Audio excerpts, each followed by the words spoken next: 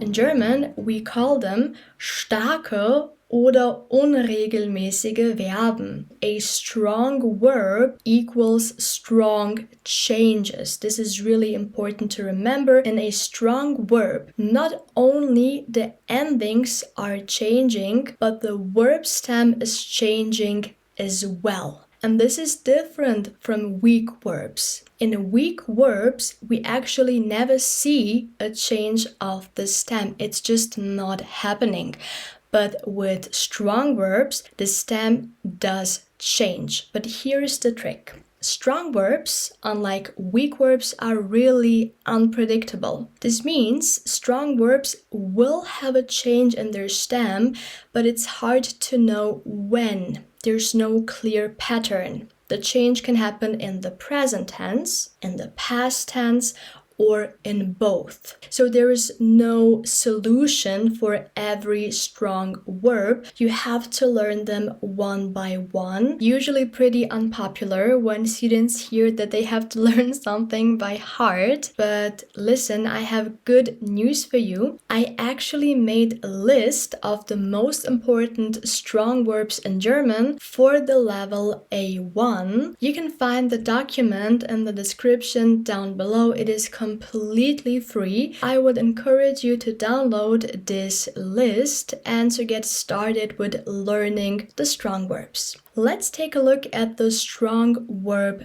tragen. Tragen actually means to wear, but it can also mean to carry. So it can have two different meanings. Tragen, to wear or to carry. Again, we are starting off with the infinitive form, which is tragen. By removing the ending n, we can see the verb stem. The verb stem is trag. So now let's see what will happen to the verb stem as we are conjugating the verb.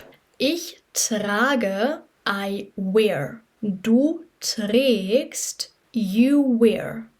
Sie, es trägt. He, she, it wears.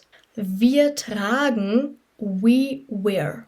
Ihr tragt, you wear. In terms of a group, you all wear. And sie tragen, so they wear or you wear, you in a formal way. Okay, so now let's repeat the conjugation one more time. We can do it together, of course. Ich trage, du trägst, sie, es trägt.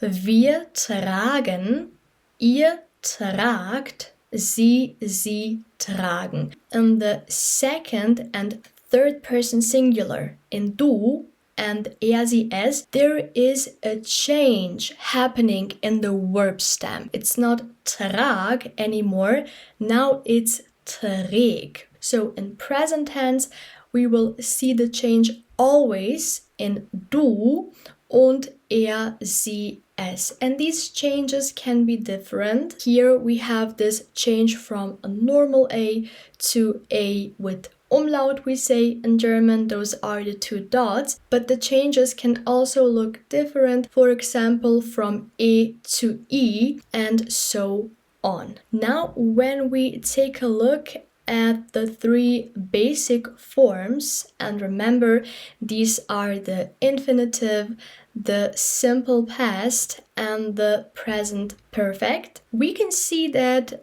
the change is also present in the past tense. So, for example, tragen, which is to wear, trug, which is wore, and hat getragen, which is has worn.